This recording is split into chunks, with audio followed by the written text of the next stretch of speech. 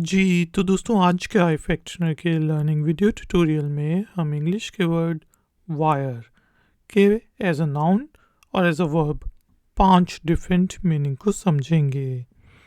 देखेंगे कि word wire को इंग्लिश में कैसे यूज़ करते हैं। इस पर्पज़ के लिए हम सेंटेंसेस में बनाएंगे और उनकी ट्रांसलेशन को समझेंगे। ट्यूटोरियल कंसंट्रेशन से देखें क्योंकि फिर है एक एक्सरसाइज। तो शुरू करते हैं जो अपना आज का इफेक्टनर का लर्निंग वीडियो ट्यूटोरियल। दोस्तों, वायर का सबसे कॉमन मीनिंग होता है तार। जिस तरह किसी भी मेटल को आप लंबा कर दें, धागा सा बना दें, तार बना दें उसकी, तो उसको वायर कहा जाता है।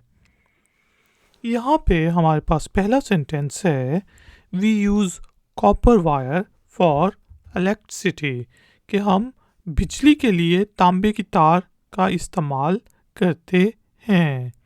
We use copper wire for electricity.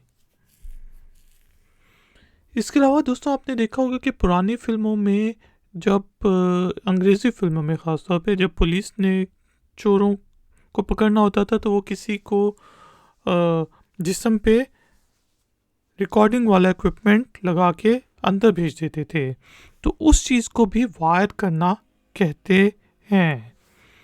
जैसे मैं यहाँ पे सेंटेंस बना सकता हूँ कि they sent N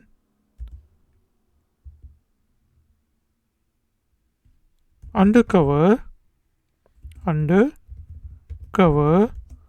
policeman who was wearing a wire, कि उनने चोरों के यानी कि चोरों के पकड़ने के लिए उनने एक अंडरकवर पुलिस वाले को भेजा जो जिसके जिस्म के साथ रिकॉर्डिंग इक्विपमेंट लगा हुआ था।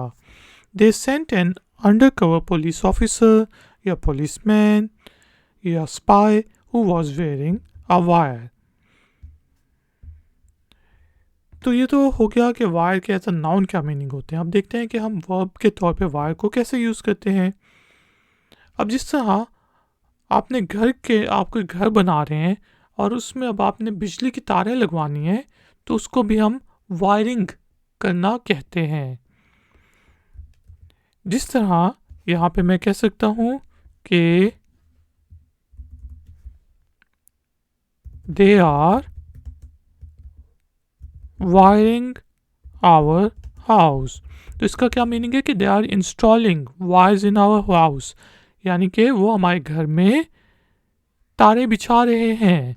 दे आर वायरिंग आवर हाउस। इसके अलावा दोस्तों खासतौर पे डेंटिस्ट जब दांतों को सही करते हैं, जकड़ना होता है, तो दूर दूर दांत हो, ऑर्थोडोंटिस्ट जो होते हैं, तो वो वायर्स को यूज़ करते हुए आपके दांतों को सीधा करते हैं। तो उस वक्त भी हम वायर का वर्ड यूज़ करते हैं। जिससे मैं यहाँ पे कह सकता हूँ the orthodontist wired her jaw, कि ऑर्थोडोंटिस्ट ने उसके जबड़े में तार लगा दी ताकि वो सीधे हो जाए उसका दांत। The orthodontist wired her jaw. इसी तरह दोस्तों जब हमने किसी जानवर को तार से पकड़ना हो, तो उस वक्त भी हम वायर का वर्ड यूज़ करते हैं। दोस्तों उम्मीद है कि आपको इंग्लिश के वर्ड वायर के डिफरेंट मीनिंग समझ आ गए होंगे। अब टाइम हुआ है एक्सरसाइज का। तो एक्सरसाइज के लिए आपने इंग्लिश के वर्ड वायर को यूज़ करते हुए इंग्लिश में एक छोटा सा सेंटेंस बनाना है। उसे नीचे दिए गए कमेंट्स बॉक्स में पोस्ट कर देना है। अगर उस सेंटेंस में कोई गलती हुई तो हम में से कोई पॉइंट आउट कर देगा। वीडियो पसंद आई है तो लाइक का बटन ज़रूर प्रेस करें, वीडियो को शेयर करें, और अगर आप iFactner के चैनल पर नए हैं तो चैनल को सब्सक्राइब करके बेल आइकन को प्रेस कर दें।